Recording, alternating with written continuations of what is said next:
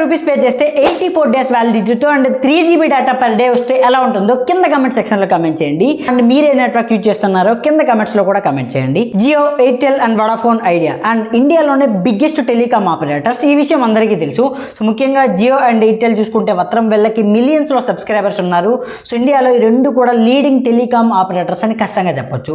And ముఖ్యంగా Jio and Airtel చూసుకుంటే మాత్రం మరీ భయంకరంగా రేట్లను పెంచి రీసెంట్గా వీళ్ళ ప్లాన్ ఛార్జెస్ చూసుకుంటే మాత్రం ఆల్మోస్ట్ 25% to 30% వరకు, అంటే ఒక్కొక్క రీఛార్జ్ పైన సో దాదాపుగా 100 నుంచి 150 రూపాయల వరకు వీళ్ళు ప్రైజెస్ని అయితే భారీగా పెంచారు. సో ఇదే మంచి అవకాశం అని చెప్పి రీసెంట్గా చాలామంది బిఎస్ఎన్ఎల్ వైపు అయితే పోర్ట్ అవ్వడం స్టార్ట్ చేశారు. సో రీసెంట్గా టైమ్స్ ఆఫ్ ఇండియా వాళ్ళు అఫీషియల్గా ఇచ్చిన రిపోర్ట్ ప్రకారం చూసుకుంటే దాదాపు 5 లక్షల మంది జియో అండ్ ఎయిర్టెల్ నుంచి బిఎస్ఎన్ఎల్కి అయితే పోర్ట్ అయినట్లుగా అయితే తెలుస్తుంది. ఇప్పటికే మన పిచ్చా వీళ్ళు ఎందుకు పోర్ట్ అవుతున్నారు అనే దాని గురించి మనం మాట్లాడుకుంటే ఒకసారి మనం Jio and Airtel and Vodafone Idea and BSNL ప్లాన్స్ని కంప్లీట్గా మనం కంపేర్ చేసుకుంటే సో ఒకసారి చూడండి. సో 84 డేస్ ప్లాన్ మీకు జియోలో చూసుకుంటే రీఛార్జ్ చేస్తే మీకు 1.5 GB పర్ డే వస్తుంది. So 84 days validity. అదే మీకు ఎయిర్టెల్ అండ్ వడాఫోన్ ఐడియాలో చూసుకుంటే 859 రూపీస్ మీరు పే చేస్తే ఆల్మోస్ట్ ఆల్ మీకు 1.5 GB పర్ డే అయితే వస్తుంది. ఇదే మీరు బిఎస్ఎన్ఎల్లో చూసుకుంటే సేమ్ 84 డేసే ఉంటుంది. పర్ డే మీకు 3 GB డేటా ఉంటుంది. ఇక్కడ చూసుకుంటే జస్ట్ మీరు 595 రూపీస్ పే చేస్తే చాలు, జస్ట్ మీరు 600 రూపీస్ పే చేస్తే చాలు మీకు almost all 3 GB data per day ఉంటుంది. ఇది ఆల్మోస్ట్ ఆల్ 84 డేస్ వ్యాలిడిటీ ఉంటుంది. అంటే ఎంత మార్జినో మీ డిఫరెన్స్కి అర్థం చేసుకోండి.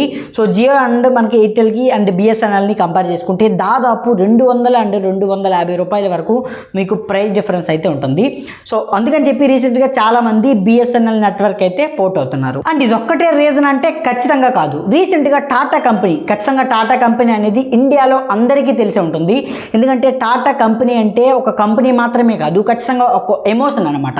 సో ఇండియన్స్ అందరికీ కూడా ఖచ్చితంగా గర్వంగా చెప్పుకునే టాటా కంపెనీ ఈ కంపెనీలో అంటే బిఎస్ఎన్ఎల్లో దాదాపు 15,000 కోట్ల వరకు స్ట్రాటజిక్ కొలాబరేషన్ ద్వారా సో 15,000 crores అయితే ఇన్వెస్ట్ చేసింది. సో ఈ ఇన్వెస్ట్మెంట్ ద్వారా ఖచ్చితంగా బిఎస్ఎన్ఎల్ ఏదైతే ఉందో జియోని కానీ ఎయిర్టెల్ని కానీ డామినేట్ చేసి సో ఓవరాల్గా ఇండియాలో అన్ని ఏరియాస్లో కూడా పాతుకుపోవాలని అయితే చూస్తుంది. సో అఫ్కోర్స్ బిఎస్ఎన్ఎల్ అనేది అన్ని ఏరియాస్లో ప్రాపర్గా లేదు, ఇంకా కొన్ని ఏరియాస్లో 3G కూడా ప్రాపర్గా లేదు. కాకపోతే టాటా కంపెనీ ఖచ్చితంగా కొలాబరేషన్ అయ్యింది కాబట్టి మేబీ ఇప్పుడు చూసుకుంటే అన్ని ఏరియాస్లో కూడా మేబీ 4Gని వీళ్ళు ప్రాపర్గా కవర్ చేయొచ్చేమో.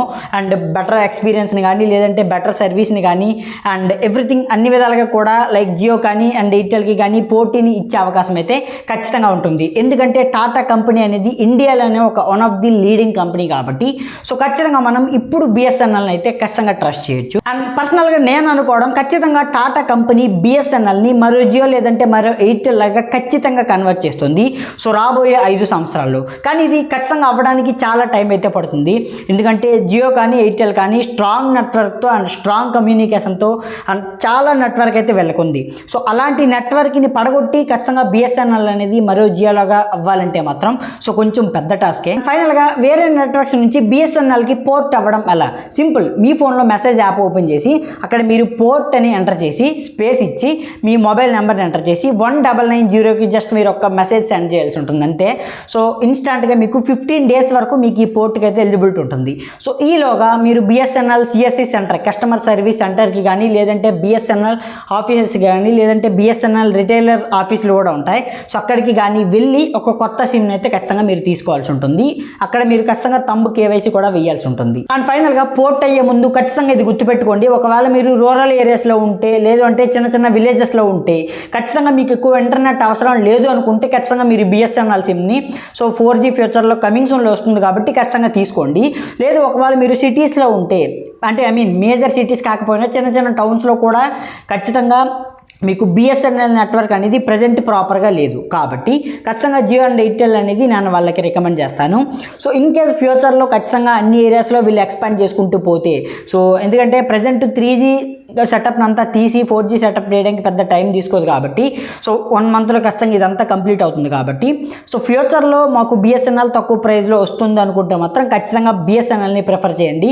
ఎందుకంటే మనకి అడాప్టబుల్ ప్రైజింగ్లో ఉంటుంది, అంటే బడ్జెట్ ప్రైజింగ్లోనే ప్లాన్స్ అన్నీ కూడా ఉంటాయి కాబట్టి సో మనకి చాలా యూస్ఫుల్ అవుతుంది. ముఖ్యంగా మనలాంటి మధ్య తరగతి ప్రజలకి ఖచ్చితంగా యూజ్ అవుతుంది. సో ఫైనల్గా ఈ ప్లాన్స్ గురించి మీరేమనుకుంటున్నారో కింద కమెంట్ సెక్షన్లో కమెంట్ చేయండి. నాకు మాత్రం ఖచ్చితంగా బిఎస్ఎన్ఎల్కి ఇది ఒక టర్న్ అరౌండ్, ఇది ఒక మంచి అవకాశం ఏమని నేనైతే అనుకుంటున్నాను. సో మీరేమనుకుంటున్నారో కింద కమెంట్స్లో కమెంట్ చేయండి. ఇలాంటి ఇంట్రెస్టింగ్ వీడియోస్ కోసం సబ్స్క్రైబ్ చేయండి.